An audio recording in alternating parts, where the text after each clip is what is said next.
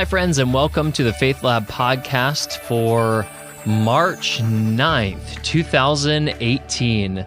My name is Chris Bishop, and I am going to be your host and devotional reader today as we reflect on Mark chapter 6, verses 47 through 56. And today's devotion is written by Thomas Maher Jr. of Wesley Chapel United Methodist Church. And it reads like this. I spent some time in Vietnam, where life was structured and full of rules. I provided equipment repair at a large communication site that was open 24 hours a day. About 150 of us worked the various jobs, MOS, or military occupational specialties. We worked 12-hour shifts beginning at 7 a.m. or 7 p.m., depending on your current rotation. We had a few days off between shifts, and then we would go back to work on that other shift. Whenever we were attacked, the guys that were off donned their flak jackets and steel pots and took their rifles and ammo to the perimeter. If you were working, you stayed there and maintained the site. If you were between your on-duty 12 hours, you went to the bunkers. They were delightful rooms, mainly underground and covered with sandbags. They were constructed of a couple of 8-foot by 8-foot by 8-foot heavy metal shipping containers and were open at one end for access and without lights. They were somewhat dark in the daytime. At night, they were rooms of darkness.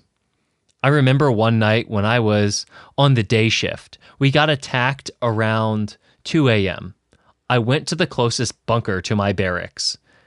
There could have been 5 or maybe 15 others. Couldn't tell how many because of the darkness. The gunfire and mortar explosions seemed to go on forever. Someone said, I wish we could go out and help, but that was against the policy because of the shift that we were on. After a few more minutes of heavy fighting, someone said, Would you join me in the Lord's Prayer?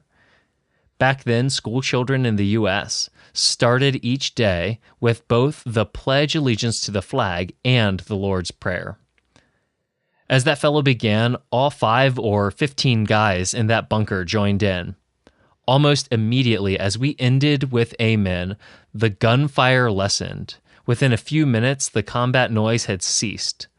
All of us had surely experienced the power of prayer. We were somewhat like the disciples when they saw Jesus walking on water.